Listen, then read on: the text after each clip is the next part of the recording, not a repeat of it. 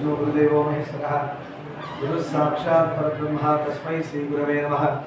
वक्रतुण्डं महाकायं सूर्यकोटिसमप्रभं निर्विघ्नं कुरु मे देव सर्वकार्येषु सर्वदा।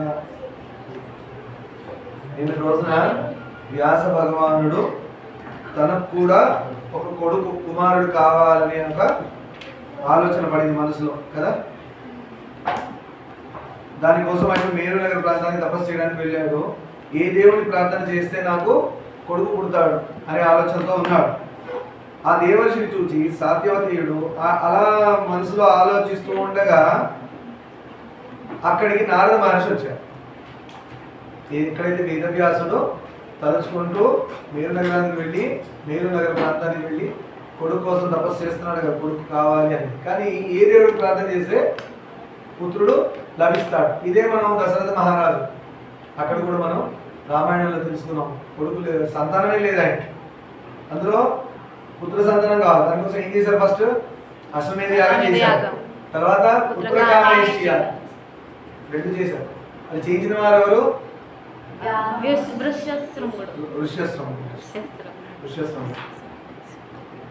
శృంగేరి అంతా ఋష్యశ్రముడు భూమి. శృంగేరి ఋష్యశ్రముడు తపస్సు చేసిన భూమి అని చాలా గొప్పదైన స్థలం. సరే, అలా నారద మహర్షి వచ్చాడు ఎవరి దగ్గర? వ్యాసుడు ఉన్న చోట. ఆ దేవర్షిని చూచి సాత్యవతేయుడు పరమ ప్రీతుడు అయ్యాడు. వ్యాస భగవానుడు చాలా సంతోషపడ్డాడు. అబ్బా, నేను మనసులో అనుకుంటున్నాను కొడుకు బాగుంటే బాగుండు అనుకోగానే నారద మహర్షి వచ్చాడు అంటే ఎప్పుడైనా గుర్తుపెట్టుకోండి, మన మనసులో కనుక మంచి సంకల్పం ఉంటే దేవుడు దానికి హెల్ప్ చేస్తాడు. చెడ్డ సంకల్పం ఉంటే దానికి అడ్డుకట్ట వేస్తాడు. ఒక్కొక్కసారి అది ఎప్పుడు గురువు ఉన్నప్పుడు, గురువు లేనివాడు పడి లేచి నేర్చుకోవాల్సిందే. అందుకని గురువు వచ్చినప్పుడు ఒక్కొక్కసారి ఇలా వద్దు అన్నట్టు చేయకూడదు, ఇది చెయ్యండి అంటే చేయాలి. అర్థమైందా? గురువు ఉన్నది ఎందుకు? మనల్ని కాపాడడానికి. అదొకటి అర్థమైంది సార్. గురువు ఉన్నది మనల్ని కాపాడడానికి ఒక రీజన్ అర్థమైతే మనం ఆయన మాట జవదాటి పక్కకు వెళ్ళాం. మనకు మంచిది అనిపించచ్చు, కానీ గురువుకు తెలుసు అది ఎంత హానికరం. అర్థమైందా? కానీ మనకు నచ్చింది గురువు అది చేయమని చెప్పచ్చు. అది మీకు మంచి ఎగ్జాంపుల్. జ్వరం వచ్చినప్పుడు మెడిసిన్ వేసుకోమంటే చేతిగానే ఉంటుంది, కానీ లోపలికి మంచి చేస్తాం. మనకంటే చేతిగా ఉంది వద్దంటాం. గురువు ఇచ్చే మందు అలా ఉంటుంది రోగానికి. మనకి నచ్చదు ఆ రోగానికి ఉన్న మెడిసిన్, కానీ గురువు తెలుసు ఆ మెడిసిన్ వేస్తే వాడికి సెట్ అవుతుంది. అలా మనకున్న మానసిక రోగం, మనకి శారీరక రోగాలు కదా, మనకున్నవన్నీ మానసిక రోగాలు. ఎన్నో పూసుకొచ్చుకుంటాం కదా, ఫ్రెండ్స్ నుంచి కొన్ని, మొబైల్ నుంచి కొన్ని, రకరకాలుగా మనకున్న మానసిక రోగాన్ని తీయడానికి ఎవరు కావాలి? గురువు కావాలి. ఇవాళ ఎంత కష్టమవుతుందో పిల్లల బుర్రలోకి వాళ్ళు చేయాల్సిన డ్యూటీ ఏంటి? చదవడం. ఆ చదవడం ఎంత కష్టపడిపోతున్నారు. తెలుగు అన్నా కష్టమే, హిందీ అన్నా కష్టమే, ఇంగ్లీష్ కష్టమే. ఒకడికి మ్యాథ్స్ ఈజీ ఉంటే తెలుగు ఈజీ ఉంటుంది, ఒకటి హిందీ అయితే సైన్స్ కష్టం. రకరకాల ఇష్యూస్. అదేంటరా, ఒకప్పుడు మా టైంలో ఇలా లేదు, మ్యాథ్స్ టఫ్ అను, సైన్స్ నాకు ఎక్కదను. మ్యాథ్స్ సైకలాజికల్ ఫియర్ ఎప్పటి నుంచో అందరికీ ఉండింది, అది కామన్ మేజర్ పోర్షన్. అమ్మో అనేవాడు. అలా కాకుండా ఇప్పుడు ఏమైందంటే కంప్లీట్నెస్ లేదు ఎవరి దగ్గర. ఒక కంప్లీట్ ప్యాకేజ్ అంటారు చూడండి, అది లేదు ఎవరి దగ్గర. లేకపోతే జాబ్ వెళ్తే ఇదే పరిస్థితిలో అప్పుడు ఇక్కడ సైన్స్ సోషల్ తెలుగు చేయలేని వాడు పొద్దున పెద్ద ప్రాజెక్ట్ మీ చేతి మీద పెట్టి, మీ మేనేజర్ మీ చేతిలో పెట్టి ఏ నమ్మకం మీద ఉంటాడు? అసలు మీరు ఉద్యోగాలు చేయగలుగుతారా? ఇంత డెలికేట్గా ఉంటే ఉద్యోగాలు చేయగలుగుతారా? అండ్ ఇంకోటి, లైఫ్ ఎప్పుడు మీకు చాలా కంఫర్టబుల్ వెళ్ళొచ్చు. పేరెంటింగ్ ప్రాబ్లం, పేరెంట్స్ అన్ని కంఫర్ట్ చేస్తున్నారు, కష్టం తెలియట్లేదు పిల్లలకి. దీనికి ఒక రీజన్ ఏంటంటే పేరెంట్స్ నేను ఉండగా నా పిల్లలు ఎందుకంటే కష్టపడాలి అంటారు. కానీ మా పేరెంటింగ్లో ఏమైంది? వాళ్ళు అలా ఆలోచించలే. వీడికి కష్టం తెలియాలి, కింద పడి కూడా పట్టుకునేవాడు పేరెంట్స్, కానీ కష్టం తెలియాలని పెంచారు. అందుకే మేము ఈ రోజు ఏం చేస్తాం? రఫ్ అండ్ టఫ్ ఉంటాం. ఎటువంటి సిచ్యువేషన్స్ వచ్చినా కూడా డీల్ చేసే విధానం ఉన్నాం. మీరు చాలా డెలికేట్గా ఉంటారు, చాలా డెలికేట్. ఒక 24 గంటల పనిలో పొరపాటున రేపు పొద్దున్న జాబ్లో జాయిన్ అయ్యి 24 గంటల పనిలో కనీసం నిద్ర కూడా ఒకసారి చేయాల్సి వచ్చింది అనుకో, మీ జాబ్ మానేస్తారు. లేదంటే నెక్స్ట్ అడ్డుపడిపోతారు. ఓ వారం 10 రోజులు డుమ్మా వేస్తారు. తిండిలో పర్ఫెక్షన్, చదువులో పర్ఫెక్షన్, దేనిలో పర్ఫెక్షన్ మీరే గెయిన్ చేసుకోవాలి కదా. ఇప్పుడు ఒక ఏజ్ వచ్చి పెద్ద పిల్లలు అయ్యాక చెప్తే మీకు నొప్పి కలుగుతుంది, మనసులో బాధ కలుగుతుంది. మేము కూడా ఒకసారి గట్టిగా చెప్పలేము, ఎందుకంటే వాడు పెద్ద పిల్లాడు అయిపోయాడు, అమ్మాయి పెద్ద అయిపోయింది, మనం చెప్పలేం కదా అంత కంఫర్టబుల్గా. అప్పుడు ఏం చేయాలి? మీరన్నా ఆలోచన చేయాలి. నా దగ్గర ఏం తప్పు జరుగుతుంది. ఎవరు గ్రోత్లో ఉంటారు తెలుసా? నిజమైన గ్రో అయ్యేవాడు ఎవరు అంటే వాడిని వాడు పరిశీలన చేసుకుంటూ వాడి మిస్టేక్స్ ఏంటో వాడు కరెక్ట్ చేసుకుంటూ నెక్స్ట్ టైం ఆ మిస్టేక్ చేయకుండా కొత్తవి నేర్చుకుంటూ పాతవి కరెక్ట్ చేసుకుంటూ కొత్తవి నేర్చుకుంటూ వాడు ఎప్పుడు గ్రోత్లో ఉంటాడు. వాడిని ఓడించేవాడు ఉండడు. ఎందుకంటే వాడు ఏం చేస్తున్నాడు? మిస్టేక్స్ కరెక్షన్ చేసుకుంటాడు, కొత్తది నేర్చుకుంటాడు. నేను మ్యాథ్స్ భయం, నాకు ఎగ్జాంపుల్, నేను మ్యాథ్స్లో భయం పోగొట్టుకుంటూ కొత్తవి నేర్చుకుంటున్నాను. అప్పుడు వేరే వాళ్ళని కంటే నేను ముందుంటాను, అవునా కదా? సరే, అలా గొప్పవాడైన నారద మహర్షి వచ్చారు ఎవరి దగ్గరికి? వ్యాసుడి కోరిక. అంటే వ్యాసుడి కోరిక ధర్మ సమ్మతమైందే కదా, దేవుడు అందుకే నారద మహర్షిని పంపించాడు. ఆ దేవర్షిని చూసి సాత్యవతేయుడు పరమ ప్రీతుడయ్యాడు, చాలా సంతోషపడ్డాడు వ్యాస భగవానుడు. ఎవరిని? నారదుని చూసి. అర్ఘ్యం పాద్యం, చూసారా? ఇంటికి వస్తే ఏమి ఇవ్వాలి? అర్ఘ్యం పాద్యం అంటే ఏది? చేతులు కడుక్కోవడానికి నీళ్ళు, కాళ్ళు కడుక్కోవడానికి నీళ్ళు ఇవ్వాలి. దాని తర్వాత తాగడానికి నీళ్ళు ఇవ్వాలి. అర్ఘ్యపాద్యాలు అంటే ఏంటి? తాగడానికి నీరు ఇవ్వాలా, చేతులు కడుక్కోవడానికి, కాళ్ళు కడుక్కోవడానికి ఇంటికి వచ్చిన అతిథికి విష్ణువు అనుకుని చేయాలి. ఇచ్చి ఆసనం ఇచ్చి పూజించాలి. తనున్న ఆసనం కంటే పై ఆసనం ఇవ్వాలి ఇంటికి వచ్చిన అతిథికి. ఇవాళ అలాంటి సౌకర్యాలు లేవు ఇంట్లో. అందరు సేమ్ సోఫాలు, సేమ్ కుర్చీ, అందరూ సమానంగా కూర్చుంటారు. అన్ని ధర్మ విరుద్ధమే. మనం పొద్దున్న లేచి రాత్రి పడుకునే వరకు చేసిన అన్ని ధర్మ విరుద్ధమైన కార్యక్రమాలే. ధర్మ విరుద్ధమైన కార్యక్రమం చేస్తే పాపం వచ్చింది, ధర్మంతో కూడిన కార్యం చేస్తే ఏమొస్తుంది? పుణ్యం వస్తుంది. ఇంట్లో అలాంటి ఫెసిలిటీస్ మనం క్రియేట్ చేయాలి. పొద్దున్న మీరు గొప్ప గొప్ప ఇల్లు కట్టుకుంటే ఇంట్లో ఎలాంటి ఫెసిలిటీ ఉండాలంటే, ఇంటికి చుట్టం వస్తే ఒక చైర్స్, గెస్ట్ రూమ్, అప్పట్లో ఉండేది గెస్ట్ రూమ్. ఇప్పుడు ఏ రూమ్ అనేది ఒకసారి మన బెడ్రూమ్ ఇస్తారు, ఒకసారి సిట్టింగ్ రూమ్ ఇస్తారు, ఒక్కొక్కసారి స్టోర్ రూమ్ కూడా ఇచ్చేస్తారు. ఎంత తప్పది? గెస్ట్ని అలా డీల్ చేసేది. ఏమన్నారు? అభ్యాగతి దేవో భవ. చెప్పి వచ్చేవాడు అతిథి, చెప్పకుండా వచ్చేవాడు దేవుడు. అలా చెప్పకుండా వచ్చేవాడిని అభ్యాగతి అంటారు. తెలియక అతిథి దేవో భవ అంటారు, అభ్యాగతి దేవో భవ. చెప్పకుండా వస్తాడు, అలా వచ్చేవాడు దేవుడు. అలా ఇంటికి వచ్చిన దేవుడు మనం ఎలా చూసుకోవాలి? మనం ఎలా కూర్చొని సింహాసనం పీఠం మీద కూర్చోబెట్టాం, అలా చూస్తాం. సరే, అర్ఘ్యము పాద్యం ఇచ్చి ఉన్నతాసనం ఇచ్చి కూర్చోబెట్టి అర్థం ఏంటి? ఉన్నతాసనం అంటే నాకంటే మీరు గొప్పవారని చెప్పడానికి. మనం పైన కింద కూర్చుంటాను, పైన కూర్చుంటాం. లేదు, చైర్లలో వాళ్ళని కూర్చోబెట్టి మనం కింద కూర్చోం. నిర్మమాటకి ఇదే చేయాలి. అలా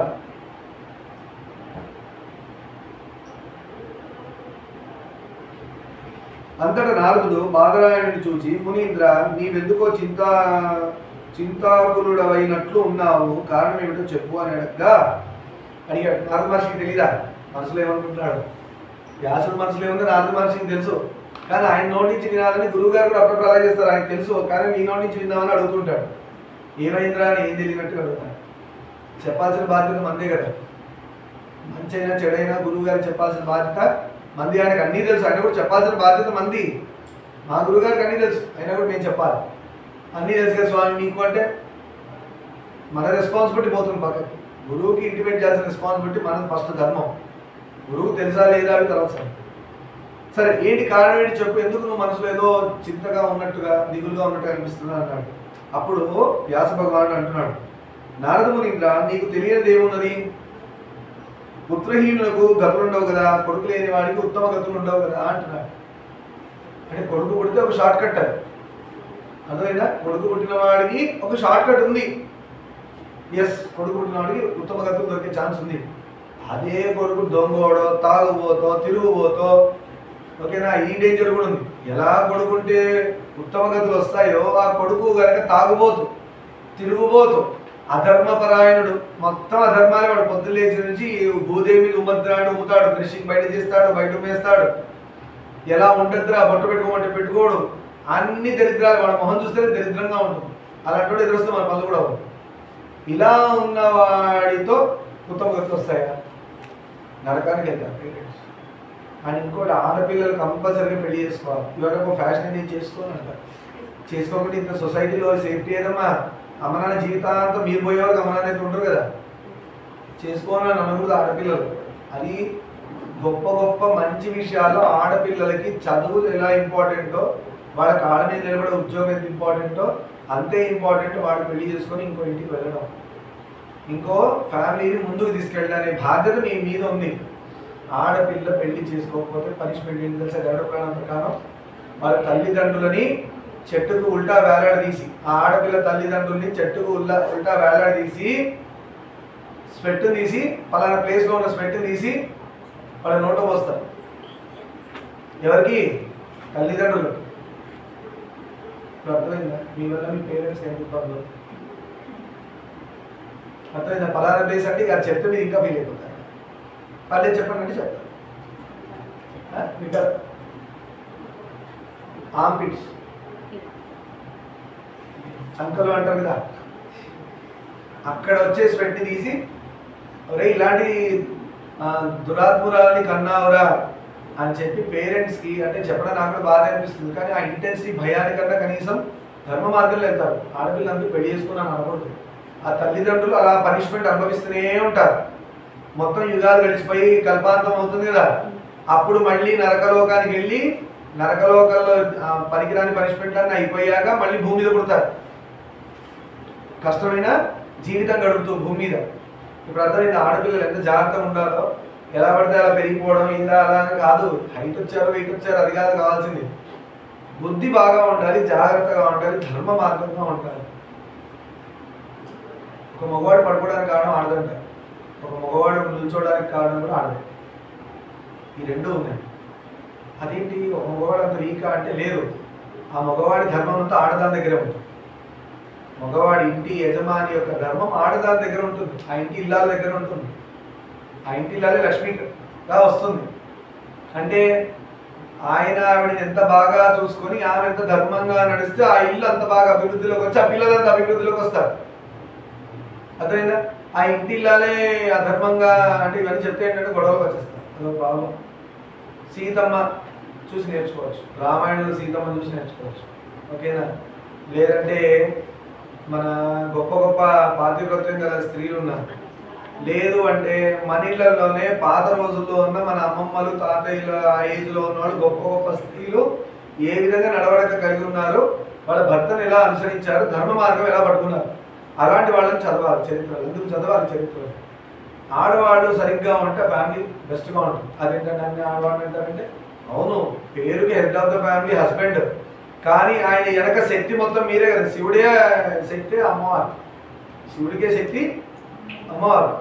అమ్మవారే లేకపోతే శివుడు బయటికి వెళ్ళి పనిచేయడు. అర్థమైందా?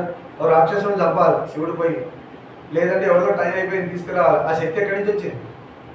ఆయన ధ్యానంలో కూర్చొని అమ్మవారు వచ్చి ఆయనలో ప్రవేశించి ఆయనకు గుర్తు చేసి పంపిస్తారు.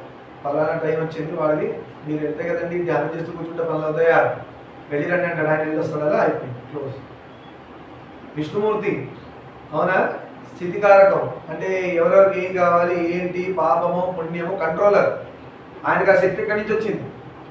లక్ష్మీదేవి లేకపోతే ఆయన ఏం చేయగలడు పని? ఆయన యొక్క శక్తి లక్ష్మీదేవి. బ్రహ్మ క్రియేటివిటీయే చేయలేడు, అసలు క్రియేషనే చేయలేడు. ఎందుకు చేయలేడు? సరస్వతి ఒకవేళ జ్ఞానం లేదనుకో బ్రహ్మదేవుడికి ఏం చేస్తాడు? అంటే బుర్రే పని చేయదు, ఫస్ట్ ఆఫ్ ఆల్ జ్ఞానమే లేదు. అందుకే ఆయనకి సరస్వతి శక్తిగా ఉంది. అందుకు ఆడవాళ్ళు జాగ్రత్తమ్మా, ధర్మం ఎదిగి ప్రవర్తించండి. అంతమించి ఒక మాట ఎక్కువ చెప్పినా కూడా అది గొడవలే. ఇవాళ కలియుగం ముదిరిందంటారు కదా, ప్రతిదీ గొడవే. మంచి చెప్పినా కూడా మంచి చెప్పిన మీదే మీరు మీదకి వెళ్ళిపోతుంటే ఇక వాడు చెప్పడం మానేస్తారు. కలియుగంలో కావాల్సిందే అది. కలిపురుషుడు కూడా గురువులు నోరు మూతపడిపోవాలి. గురువుల యొక్క నోరు మూతపడాలి. అది ఏదో విధంగా వాడు ఎవరన్నా వాడి గురువు నోరు మూతపడేది చేస్తారు. కొంతమంది గురువులు పాపం ఇబ్బంది పడ్డవాళ్ళు బయటికి రావట్లేదు. నాకెందుకు ఈ గోళలోకి ఎండిపోతుంది నాకెందుకు అనుకొని గొప్ప గొప్ప సాధకులు ఇంట్లోనే తపస్సు చేసుకొని సాధన చేసుకొని పుణ్యలోకాలకు వెళ్ళిపోతున్నారు. కొంతమంది గురువులకి తెలుసు కలి ఈ విధంగా వాళ్ళని వాడి మమ్మల్ని ఇబ్బంది పెడతారని తెలిసి కూడా మాట పడి కూడా లోకాల్లోకి వస్తున్నారు. ఎందుకు? ఒకడు బాగపోతే ఇంకోడన్నా నమ్మి చేసేవాడు ఉంటాడు కదా. ఒకటి పడకపోవచ్చు, అందరికి పడకపోవచ్చు అనేది లేదు కదా. నేను అన్న పాయింట్ ఒకరు తగిలి మేబీ వాళ్ళు నొచ్చుకొని తిట్టుకోవచ్చు, వదిలేయచ్చు, ఇంకొక వదిలేయచ్చు. కానీ ఇదే పాయింట్ ఇంకోటికి నచ్చి ఫాలో అవ్వచ్చు. అయిపోయింది, సీతమ్మలాగా మారిపోతారు. అవునా? పాతివ్రత ధర్మంలో ఉండిపోతారు. గొప్పలైన ఆడవాళ్ళుగా రోల్ మోడల్స్గా తయారవుతారు. అలా అవ్వాలి. ఆడవాళ్ళు అంత ముఖ్యం అమ్మా. ప్రతి ఫ్యామిలీకి బ్యాక్ బోన్ ఎవరు అంటే మగవాడు కదా, ఆడది. ఆ ఇంటి ఇల్లాలు. సరే, పుత్రహీనునికి అలా అయిపోయింది. మనసు సంతోషం ఉండదు. మనసు సంతోషం ఎక్కడ ఉంటుంది? కొడుకు లేని వాడికి అని అంటున్నాడు వ్యాస భగవానుడు. అందుకోసమే నేను ఇప్పుడు చింతిస్తున్నాను, నాకు కొడుకు లేదు కదా, అందుకే బాధపడుతున్నాను అన్నాడు. ఆ దేవుని ఆరాధిస్తే నాకు, ఏ దేవుని ఆరాధిస్తే నాకు కొడుకు పుడతాడో చెప్పండి అని మీరే నాకు శరణ్యం అన్నాడు. మనకున్న ప్రాబ్లం వస్తే గురువు దగ్గరికి వెళ్ళి శరణు అంటాం. శరణు అని మీరు అనకపోయినా మీరున్న ప్రాబ్లం గురువు చెప్పారంటే అది శరణ్యమే. అంటే మీ బుద్ధి పనిచేయాలి. మీకు ఏదో కష్టం వచ్చింది, దాని సొల్యూషన్ ఎక్కడ ఉంది? ఎవరి దగ్గర ఉంటుంది? గురువు దగ్గర ఉంటుంది. ఒక తల్లిదండ్రి దగ్గర మీకున్న ప్రాబ్లంకి సొల్యూషన్ ఎందుకు ఉండదు? వాళ్ళు పార్షియల్గా ఉంటారు. అంటే ఎవరి పట్ల పార్షియల్గా ఉంటారు? మీ పట్ల పార్షియల్గా ఉంటారు. మీ తల్లిదండ్రులు మీ మీద పార్షియాలిటీ ఉంటుంది. ఏ తల్లిదండ్రులకైనా వాళ్ళ పిల్లల మీద పార్షియాలిటీ ఉంటుంది. ఎగ్జాంపుల్, గురువు ఒక 10 గంటలు కూర్చొని చదువు, రేపు ఎగ్జామ్ అంటారు. అమ్మ చదివించాలేరా, నాన్న వచ్చి ఏది సంవత్సరం చదివి ఈరోజు 10 గంటలు చదవడం అవసరం, 4 గంటలు చాలే అంటారు. కానీ గురువు ఎస్టిమేషన్, మీ బుద్ధి అదంతా గురువుకి తెలుసు. ఇంత హార్డ్ వర్క్ చేయమని చెప్పినప్పుడు అది చేయకుండా మీరు వెళ్తే రేపు ఎగ్జామ్ ఎంత దారుణంగా ఉంటుందో కూడా తెలుసు. ఇప్పుడు ఏమైంది? మీరు గ్రో అయినట్ట పడిపోయినట్ట? గ్రో అయినా పడిపోయారు. ఎందుకు వాళ్ళు పడిపోయారు? తల్లిదండ్రుల ప్రేమ చెప్పి పార్షియాలిటీ. అయ్యో నా బిడ్డ 10 గంటలు కష్టపడుతుంది. ఇది ప్రతి తల్లిదండ్రులకు ఉండే వ్యామోహం, పుత్రిక వ్యామోహం అంటారు. నా బిడ్డ కష్టపడద్దు, నా కొడుకు కష్టపడద్దు. ఆ రీజన్ వల్లనే పాడైపోతున్నారు పిల్లలు. అందుకని గురువు చెప్పినట్టు ఫాలో అవ్వాలి. పిల్లల డెవలప్మెంట్ ఎవరు మాటినారంటే గురువు మాటినారు. ఓకేనా? ఆ గురువు మాట తండ్రి విని తండ్రి ఇంట్లో ఇంప్లిమెంట్ చేస్తే ఆ పిల్లలు చాలా స్ట్రాంగ్ ఉంటారు. ప్రేమ ఆప్యాయతలు తల్లికి మించి ఎవరు ఉంటారు. అర్థమైందా? అంటే ఎంత దొంగోడైనా కూడా నా బిడ్డని సంక్షమించండి అని తల్లి అనగారు, తండ్రి అనగాడు. మీరు పట్టుకోండి, నా దెబ్బలేండి అంటాడు, సరిగా అవుతాడు. తల్లి అని అనలేదు, నా బిడ్డ అండి క్షమించండి, నా బిడ్డ నా బిడ్డ నా బిడ్డ. ఆవిడే నా బిడ్డ క్షమించండి అని లేకపోతే సృష్టిలో ఎవరు బ్రతకరు, అందరూ పోయి ఉండేవాడు చేసే తప్పులకి. ఆవిడ శివుడికి చెప్తుంది, ఎన్ని తప్పులు చేసినా మనం ఓన్లేండి బిడ్డలు క్షమించండి అని ఆవిడ ఆయన చెప్తుంది కాబట్టి వదిలేస్తున్నాడు. ఆవిడే ఆడని కూడా మనం అందరం ఉంటామా? సూర్యుడి దండం పెట్టకపో కూడా అధర్మమే. పోయి ఉండేవాడు. ఎన్ని అధర్మాలు చేస్తున్నాం చూడండి ఆ. సరే, అప్పుడు నారద మహర్షి ఇలా అంటున్నాడు, వ్యాసుడితో అంటున్నాడు. నారద మహర్షి ఏమంటున్నాడు? వ్యాసముని ఇంద్ర, నీవు నన్ను అడిగిన ప్రశ్న పూర్వం ఒకప్పుడు నా తండ్రి శ్రీ మహావిష్ణువును అడగాలని వెళ్ళి కౌస్తుభోద్భాసితుడు, శంఖ గదా సమన్వితుడు, పీతాంబరధరుడు, శ్రీవత్సాంకిత వక్షసుడు అయిన ఆ దేవదేవుడు ధ్యానస్థుడై ఉండడం చూసి విస్మయుడై ఇలా అన్నాడు. బ్రహ్మదేవుడు కూడా ఇదే కోరుకొచ్చింది, కొడుకులు అనేది అడగాలని విష్ణువు దగ్గర పోయాడు. విష్ణు ఏం చేశాడు? మంచి ధ్యానంలో ఉన్నాడు. ఇలా చెప్పిన వాళ్ళు విష్ణువు యొక్క క్వాలిటీస్ ఏంటవి? కౌస్తుభోద్భాసితుడు. కౌస్తుభం ఏంటి? కంటే కౌస్తుభం మెల్ల వేసుకుంటాడు. మణి. సరే, అలా భాసితుడు,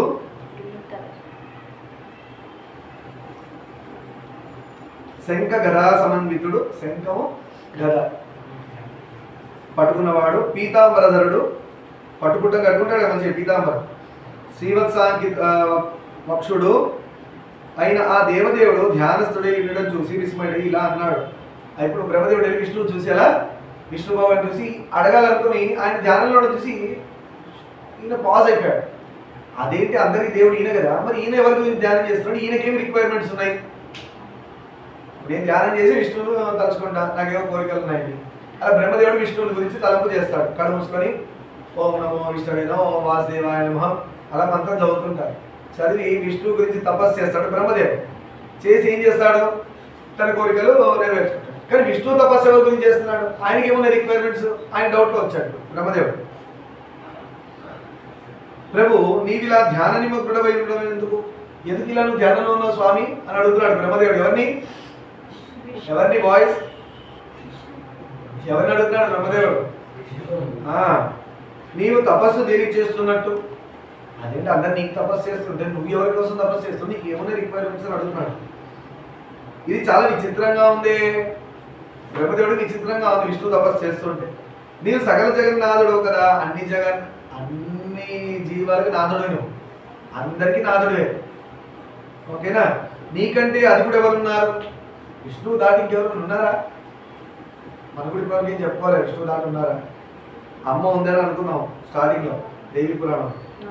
నీవు కాంక్షించేదగ్గర ఏముంది? నీకంటూ కోరికలు ఉన్నాయా? నీ కోరికలతో తపస్సు చేస్తున్నావా అనే డౌట్. సమస్త లోకాలకు ఆది కారణం నీవే కదా. అన్ని లోకాలు రావడానికి కారణం ఎవరు? నువ్వే. అలాంటి అన్ని లోకాలకు కారణం, అన్ని రీజన్స్కి కారణం నువ్వై అన్నిటికీ నువ్వు నీ నుంచే స్టార్ట్ అయ్యేటప్పుడు నీకంటూ మించి ఇంకోటి ఏముంది నువ్వు ధ్యానం చేసి సంపాదించుకోవాల్సింది? కర్తవు భర్తవు హర్తవు నీవే. నువ్వే సృష్టి చేసేవాడు, నువ్వే భరించి కంట్రోల్ చేసేవాడు, నువ్వే పట్టుకెళ్ళేవాడు. విష్ణువుకున్న లక్షణాలు సకల కార్యకరణ సామర్థ్యం నీకు దక్క ఇంకెవరికి లేదు. ఎటువంటి కార్యాన్నైనా చేయగల శక్తి విష్ణువుకే ఉంది కదా అని అంటున్నాడు. ఇంకెవరికి లేదు కదా, మరి నువ్వు ఎందుకు ధ్యానం చేస్తున్నావు? నీకేమున్నాయి రిక్వైర్మెంట్స్ అని అడుగుతున్నాడు బ్రహ్మదేవుడు. చూడండి బిడ్డ కదా, తండ్రి అయిన విష్ణువునే గురువుగా అడుగుతున్నాడు. విష్ణువు గురువు అయ్యాడు ఇప్పుడు బ్రహ్మకి. తండ్రి గురువు అంటారు అందుకే. సరే, నీ నాభి పద్మం నుండి పుట్టిన నేను నీ ఇచ్చానుసారంగానే సకల లోక సృష్టి చేస్తున్నాను. నీ నాభి నుంచి నేను పుట్టాను. విష్ణు యొక్క నాభి నుంచి కమలం వచ్చింది కదా. అనంత పద్మనాభ స్వామి చూసారు కదా తిరువనంతపురంలో. విష్ణు ఇలా పడుకొని ఉంటే అనంత పద్మనాభ స్వామిగా నాభిలోంచి కమలం వచ్చి బ్రహ్మదేవుడు ఉంటాడు కమలం మీద. అలా నేను నీ కమలం నుంచి వచ్చాను బ్రహ్మ అంటున్నాడు. నీ నాభి నుంచి వచ్చాను కదా కమలంలో. నువ్వు చెప్పినట్టుగా నేను అంతా సృష్టి చేస్తున్నానని చెప్తున్నాడు బ్రహ్మదేవుడు విష్ణువుకి.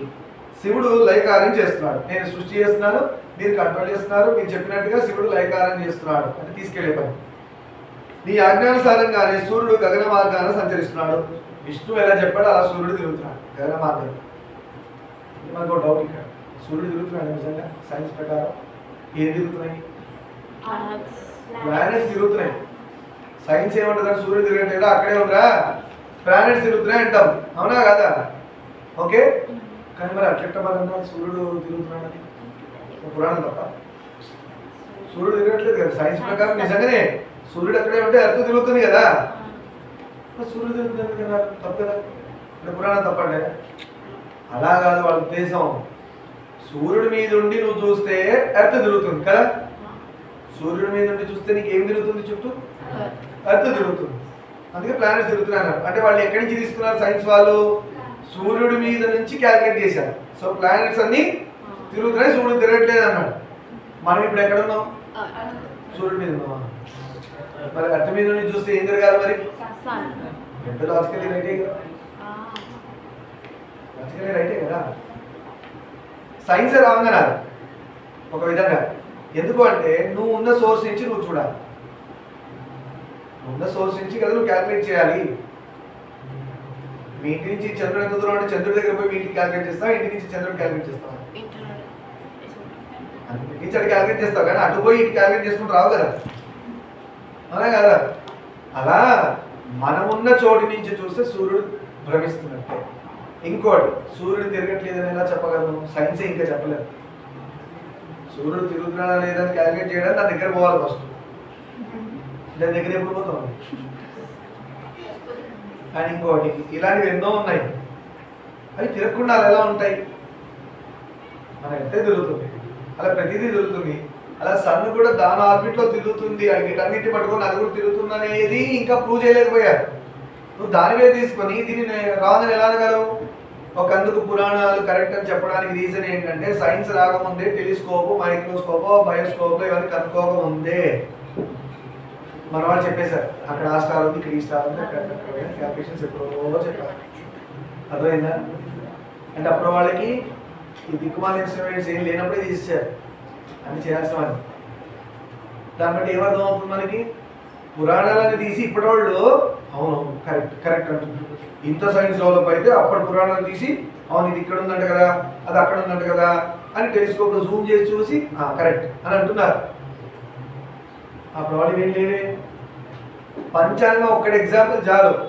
200 ఏళ్ళ పంచాంగం ఉంది. సైన్స్ చెప్పమను 200 ఇయర్స్ తర్వాత ఏ రోజు అమావాస్య వస్తుంది, సూర్యగ్రహణం వస్తుంది.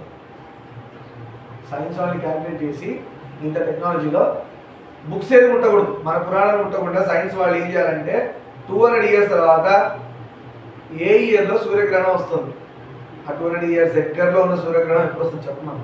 ఏది వీళ్ళు టెలిస్కోప్లని పెట్టి క్యాల్కులేట్ చేసి మన వాళ్ళు పంచాంగంలో రాసేసారు ఆల్రెడీ. 2,000 తర్వాత ఏ పర్టికులర్ రోజున ఏ టైంకి సూర్యగ్రహణం వచ్చి ఏ టైంకి వదిలేస్తుందో రాశారు. అది మన ఋషులు అంటే హ్యాట్స్ ఆఫ్. అలాంటి యొక్క ఋషుల వారసులం మనం. అలాంటి యొక్క సనాతన ధర్మానికి చెందిన వారసులం మనం. ఎలా ఉన్నాం? పంచాంగం అంటే తెలియదు, అది కుమార్ క్యాలెండర్ ఒకటి పట్టుకొని తిరుగుతాం. ఇవాళ ఏంటి అంటే ట్యూస్డే అంటాడు, ఎంత డేట్ అంటే 19th అంటాడు. ఒక్కడి చెప్పి చావడు. ఇవాళ అష్టమి, ఏ వారం? గురువారం. ఏ మాసం? దిక్కుమాల ఫిబ్రవరి మాసం కాదు. ఏ మాసం ఇది? మాఘమాసం. ఇవి మాట్లాడాలన్నా వేరే వాడు నోరు మూసుకోవాలంటే మనం ఇవి మాట్లాడాలి. ఏ మంత్రం నాయన అంటే మనం ఫిబ్రవరి అని చెప్పకూడదు, ఈ మాఘమాసం అంటే అని చెప్పాలి. అదేంటి మాట్లాడుతున్నాం నీకు తెలీదా? మనం సనాతన ధర్మం కదా. ఈ ఫిబ్రవరి జనవరిలు ఇవి కాదు కదా మనం ఫాలో అవ్వాల్సింది. నిజమే. ఇవాళ ఏం పక్షం? ఇప్పుడు ఏం పక్షం నడుస్తుంది? కృష్ణపక్షం. కృష్ణపక్షంలో ఏమవుతుంది? చంద్రుడు తగ్గి తగ్గి తగ్గి తగ్గి అమావాస్యలోకి వెళ్తాడు. శుక్లపక్షంలో ఏమవుతుంది? చంద్రుడు పెరిగి పెరిగి పెరిగి పౌర్ణమిగా మారుతాడు. అర్థమైందా? అది కూడా చంద్రుడికి శాపం ఉందని తెలుసు కదా. దక్ష ప్రజాపతికి శాపం ఉంది చంద్రుడికి. క్షయం అవుతూ ఉంటాడు, కళలు క్షయమై మళ్ళీ పెరుగుతుంటాడు. శివుడు వరంగా ఇచ్చి మళ్ళీ పెరుగుతుంటామని ఇచ్చాడు వరం. దక్ష ప్రజాపతి శాపంలో ఏంటంటే క్షయమైపోవాలి, కనబడుతుంది. అదే అమావాస్య అవుతున్నాడు. శివుడు దాన్ని వరంగా మార్చి మళ్ళీ పౌర్ణమిగా మార్చాడు. ఆ ఫేజెస్లో ఉంటాం. ఇవన్నీ తెలవాలన్నా ఒక రోజుకి పొద్దున రాత్రి ఉంటాయి ఇక్కడ. ఒక రోజుకి ఏముంటాయి? పొద్దున రాత్రి. పొద్దున ఏముంటుంది? లైటింగ్ ఉంటుంది. రాత్రి ఉంటుంది చీకటి. అలానే ఒక మంత్లో శుక్లపక్షం కృష్ణపక్షం రెండు ఉంటాయి. శుక్లపక్షం అంతా లైటింగ్, కృష్ణపక్షం అంతా డార్క్నెస్. అలా ఒక సంవత్సరంలో ఉత్తరాయణం దక్షిణాయనం. ఉత్తరాయణం అంతా లైట్ కాలం, దక్షిణాయనం అంతా డార్క్నెస్. ఆ డార్క్నెస్లోనే దీపావళి, కార్తీక మాసం, అందుకే దీపాలు అన్ని వెలిగించడం ఇవన్నీ జరుగుతాయి. ఆ చీకటిని పోగొట్టడం కోసం జ్ఞాన జ్యోతులు వెలిగిస్తారు. అర్థమవుతుందా? అలా డివైడ్ అయినాయి. మనకి తెలవాలి. మనకి శుక్లపక్షం కృష్ణపక్షం అని తెలవాలి. అర్థమైందా? ఈ క్యాలెండర్లు ఎప్పుడప్పుడు కొట్టుకుపోతాయి, పంచాంగాలు కొట్టుకుపో, అది గుర్తుపెట్టుకోండి. సరే,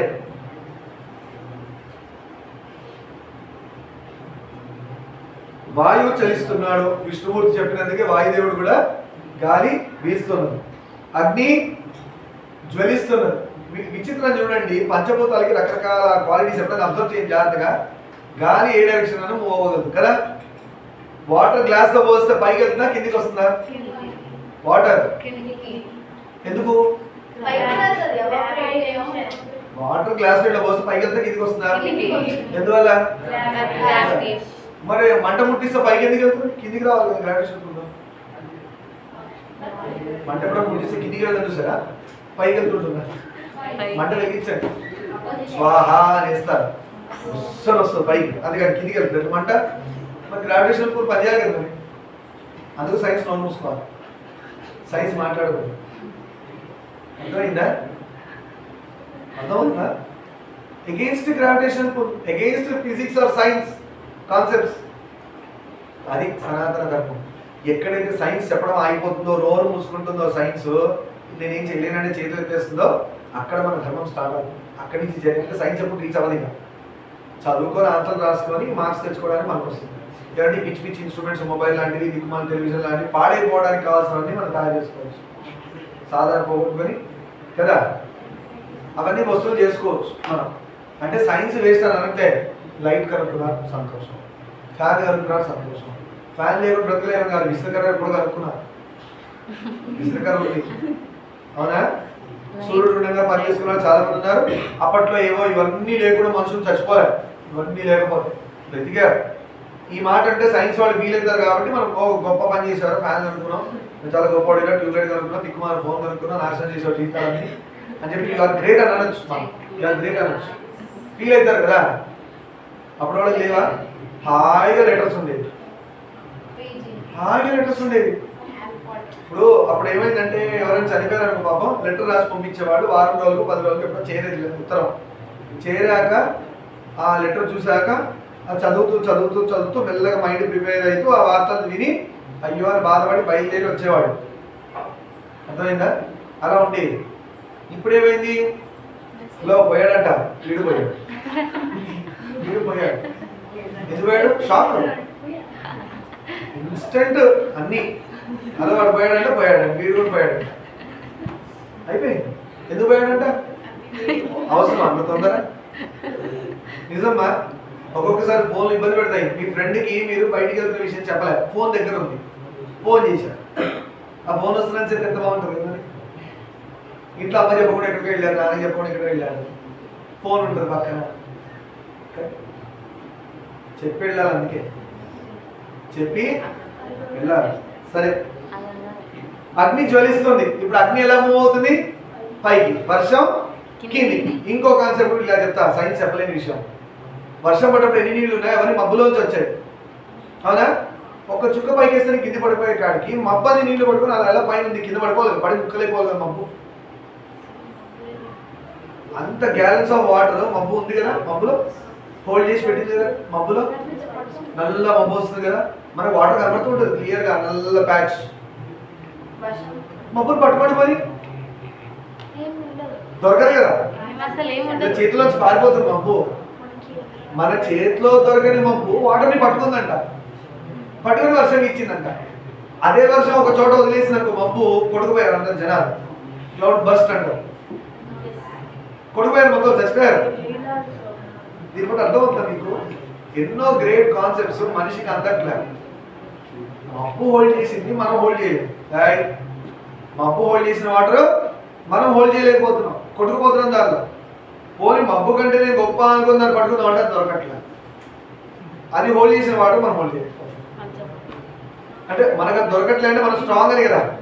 మేము ఎంత స్ట్రాంగ్ అంటే పట్టుకుందామే అనుకుంటే దొరకట్లేదు. ఓకే, దొరికితే పట్టేసుకుంటాను. కానీ అలా పట్టుకుంటాననే గొప్పనైన మనిషి మబ్బును పట్టుకోలేడు. ఆ మబ్బు మాత్రం నీళ్లు పట్టుకుంటుంది, ఆ మబ్బు పట్టుకునే నీళ్లు వీడు పట్టుకోలేడు, కొట్టుకుపోతున్నాడు. చూసారా నేచర్ ఎలా ఉందో? నేచర్లో ఉన్న పంచభూతాలు ఏది మనం పట్టుకోలేము. గాలి పట్టుకోగలుగుతావా?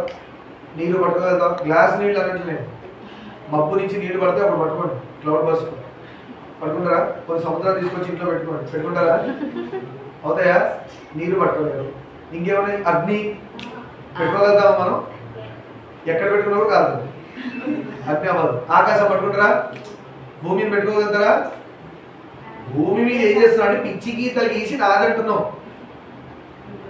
ఇక్కడ ఏదైనా పిచ్చి గీతలు 4 గీతలు గీసి ఇది నాదంటావు. గవర్నమెంట్ కూడా ఓకే అని తీసుకో, నువ్వు పోయాక మళ్ళీ తీసుకుంటా.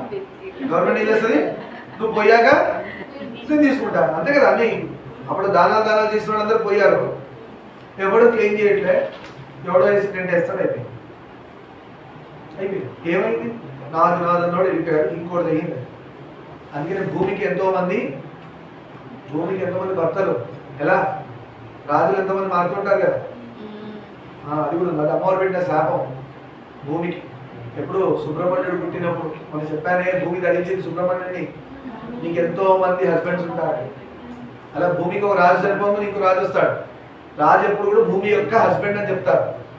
రాజు యొక్క పత్ని ఎవరంటే భూదేవి అని చెప్తారు.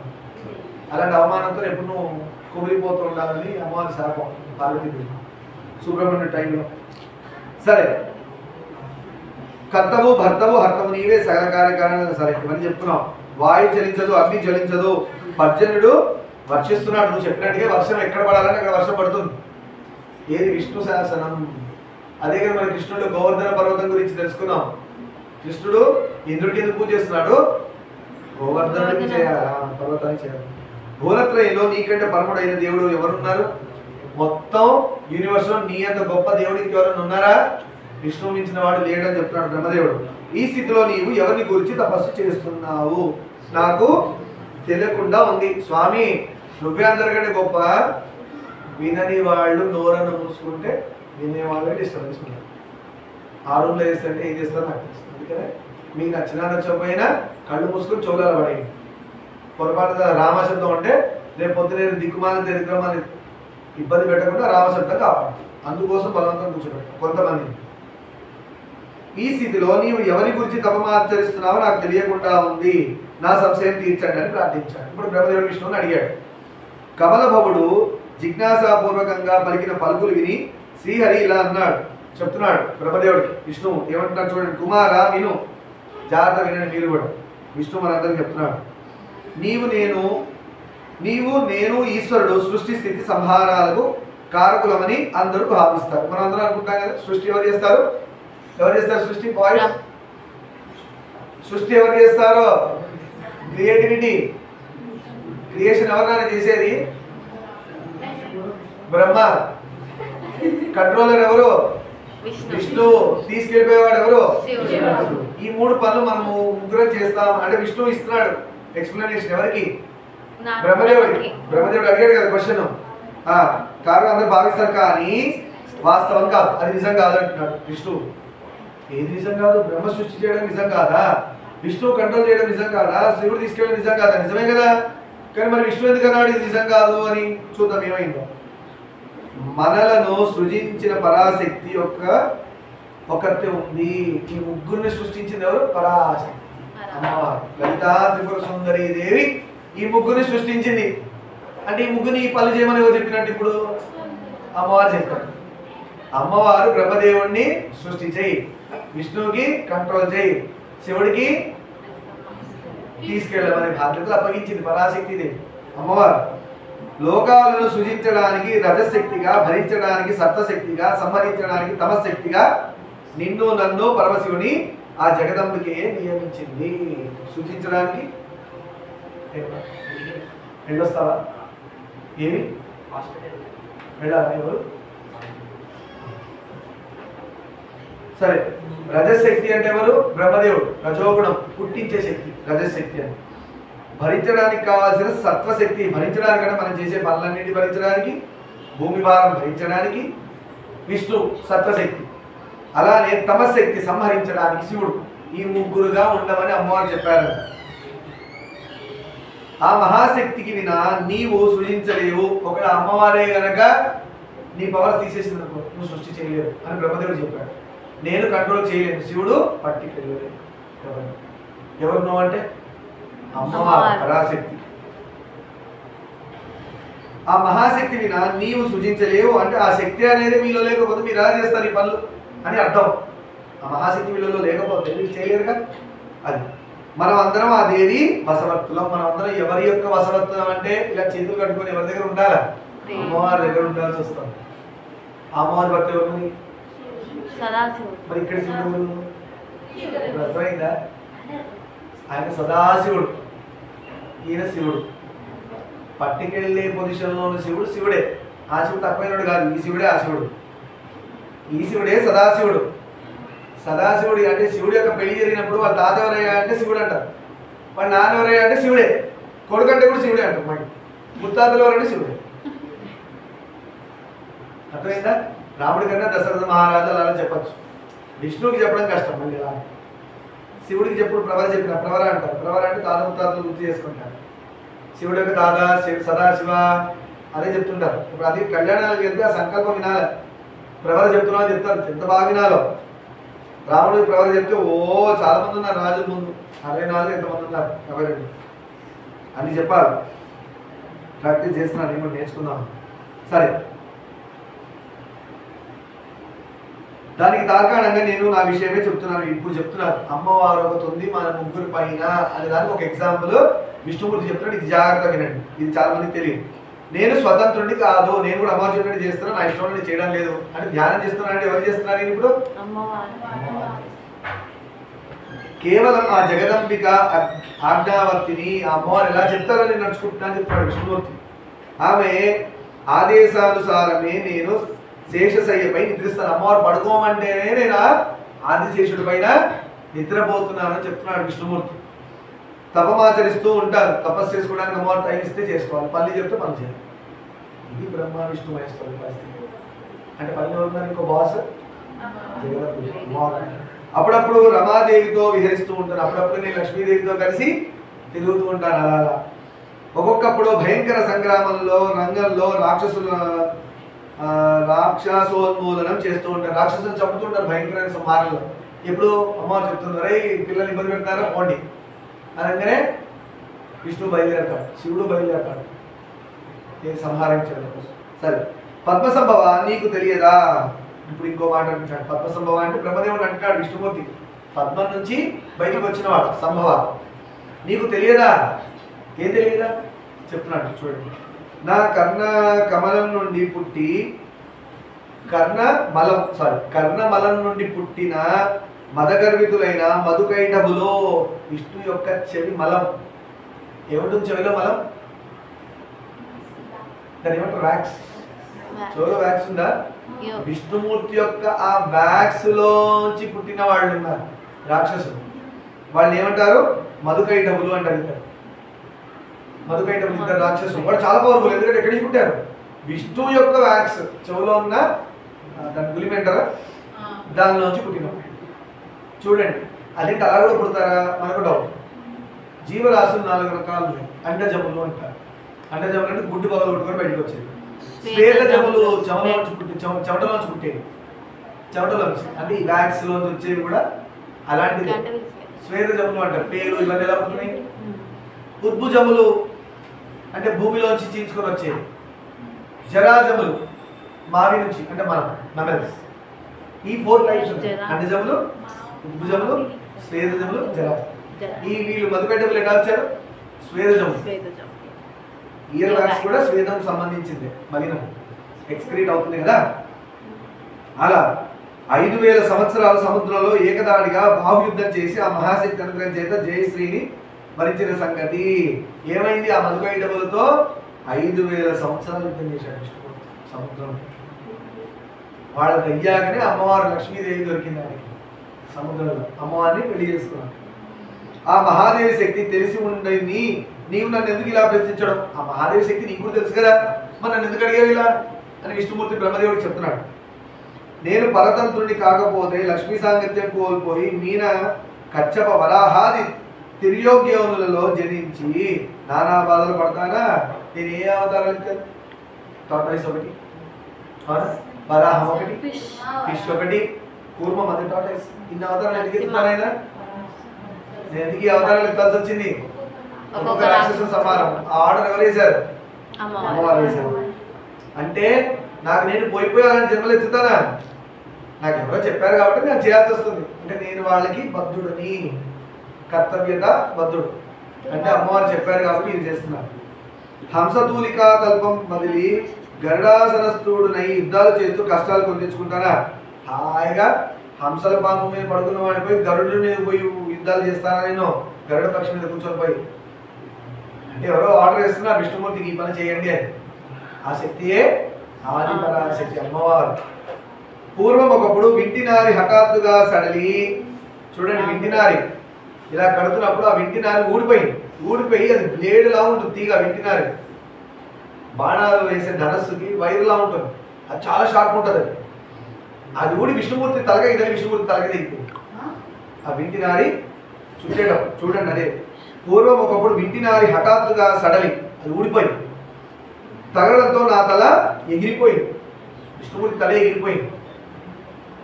ఎందుకు ఇలా జరిగింది? ఆయన తెలీదా ఎందుకలా జరుగుతున్నావు? హయగ్రీవ స్వామి రావాలి. హయగ్రీవుడు అనే ఒక రాక్షసుడు కూడా ఉన్నాడు. ఆయన సంహారం చేయడం కోసం ఈయన అలా వచ్చాడు. అలానే హయగ్రీవ స్వామి సరస్వతీదేవి ఎలానో, దక్షిణామూర్తి ఎలానో జ్ఞానానికి హయగ్రీవ స్వామి కారణం. మనకి జ్ఞాన సంపద ఇవ్వడం కోసం స్వామి పాపం తీసేసుకొని మళ్ళీ గుర్రం తలకాయ పెట్టాడు విష్ణుమూర్తికి. అదే హయగ్రీవ స్వామి. నా తల ఎగిరిపోయినప్పుడు దేవశిల్పిని పిలిపించి, దేవశిల్పి ఎవరు? విశ్వకర్మ. ఆయన పిలిపించి గుర్రం తలకాయ తీసుకొచ్చి అతికించారన్న విష్ణుమూర్తి. పిలిపించి నీవే కదా నా గుర్రపు తలను సంయోగింపజేసింది. దేవశిల్పి వచ్చి విష్ణుమూర్తికి ఆ గుర్రం తలకాయ అతికించాడు. అదే హయగ్రీవ స్వామి. సరస్వతీదేవికి గురువు ఆయన, దక్షిణామూర్తికి కూడా సరస్వతీదేవి గురువు. శివ సంప్రదాయంలో దక్షిణామూర్తి ఎలానో, విష్ణు సంప్రదాయంలో హయగ్రీవ స్వామి ఎలా జ్ఞానప్రదాత. ఆయనకి ఏంటి శ్లోకం? జ్ఞానానందమయం దేవం నిర్మలం స్ఫటికాకృతిం ఆధారం సర్వ విద్యానాం శ్రీ హయగ్రీవం ఉపాస్మహే. స్ఫటికం అనగానే విష్ణువు వచ్చాడేంటి? శివుడు కదా స్ఫటికం అంటే. శుద్ధ స్ఫటిక సంకాసం అంటారు కదా శివుడిది. జ్ఞానానికి సింబల్ ఏంటంటే షైన్, బ్రైట్నెస్. స్ఫటికం, కర్పూర గౌరవం కూడా అదే అర్థం, తెల్లనైన జ్ఞానం. సరే, అప్పటి నుండి నేను హయనానుడు అయ్యాను కదా, హయగ్రీవుడు అయ్యాడు. అదంతా తెలిసి కూడా నీవు నన్ను సర్వాధికునిగా స్తుతించడం అసంగతం. ఇవన్నీ తెలుసు కదా, నా తలకాయ ఎగిరిపోతే నువ్వే తీసుకొచ్చి అర్పి చేయించావు అంటే ఆయన తండ్రి తలకాయ ఆయన తీసుకొచ్చి అర్పింపజేశాడు. పక్కన బ్రహ్మదేవుడు, హయగ్రీవ స్వామి వచ్చాడు. నేను కేవలం దేవి పరతంత్రుణ్ణి, అమ్మవారు ఎలా చెప్తే అలా నడుచుకునేవాడిని అని చెప్తున్నాడు విష్ణువు. నిరంతరం ఆమెనే ధ్యానిస్తూ ఉంటాను. ఇప్పుడు క్లారిటీ వచ్చిందా? బ్రహ్మదేవుడు అడిగాడు కదా, స్వామి మీరు ఎందుకు ధ్యానం చేస్తున్నారంటే ఇంత స్టోరీ చెప్పాడు స్వామి. ఎందుకు అలా చెప్పాల్సి వచ్చింది? బ్రహ్మదేవుడు తెలియదా అంటే మనసులో బాగా నాటుకోవడానికి బ్రహ్మ యొక్క తండ్రి అయిన విష్ణువు గురువుగా బ్రహ్మకంతా జ్ఞానబోధం చేశాడు. అలా మీకు చెప్తే నేను చదువుకుంటే మా గురువు గారి నుంచి మనకలా మనసులో స్థిరంగా ఉంటే మనకి మంచి పని చేస్తాం, చెడ్డ పని చేయాలి అని శ్రీహరి చెప్పిన యథార్థాన్ని నా తండ్రి పద్మయు అని చెప్పగా నేను విన్నాను. కనుక నీవును నీ వాంఛితార్థ సిద్ధి కోసం అంటే నారద మహర్షి అంటున్నాడు వ్యాసుడితో, ఏమని? మా నాన్నగారు నాకు చెప్పారు ఇక అంటే బ్రహ్మదేవుడు తన కొడుకైన నారదుడికి చెప్పాడు. అవునా? నీ వాంఛితార్థ సిద్ధి కోసం నీ హృదయ కమలంలో దేవి పాదాంబుజాతాలను నిలిపి భజించు. ఇప్పుడు అందరి దిక్కెవరు? అమ్మవారే. నువ్వు ఎవరి పూజ చేయాలి, ఎవరు పూజ చేయాలంటే అమ్మవారి పాదాలు మనసులో పెట్టుకొని అలా ధ్యానం చేస్తూ అమ్మవారి లోక తపస్సు చేయి అని నారద మహర్షి ఇప్పుడు సీక్రెట్ చెప్పారు. ఆ దేవి నిన్ను తప్పక కరుణిస్తుంది. వెళ్ళండి, అమ్మవారు నిన్ను ఖచ్చితంగా కరుణిస్తుంది అని చెప్తున్నాను అని నారదుడు సాత్యావతేయులకు చెప్పి అంటే వేదవ్యాసులకు చెప్పి నిర్గమించాడు, వెళ్ళిపోయాడు. నారద మహాముని వ్యాసులకు చెప్పి వెళ్ళిపోయాడు. అనంతరం పారాశరుడు నారదుని వచించినట్లుగా దేవిని గురించి తపస్సు చేశాడు. మొత్తానికి వ్యాసుల వారు అమ్మవారి గురించి తపస్సు చేయడానికి దృఢ నిశ్చయుడయ్యాడని రోమహర్షుని మునులకు చెప్పారు. ఓకేనా? ఇక్కడ చెప్పుకుంటూ ఇవాళ ఇక్కడ శుభం పలుకుతాం. సతం శుభామేశ్వర పాదాలు వస్తూ లోకాన్ని సమస్తాంచుకున్న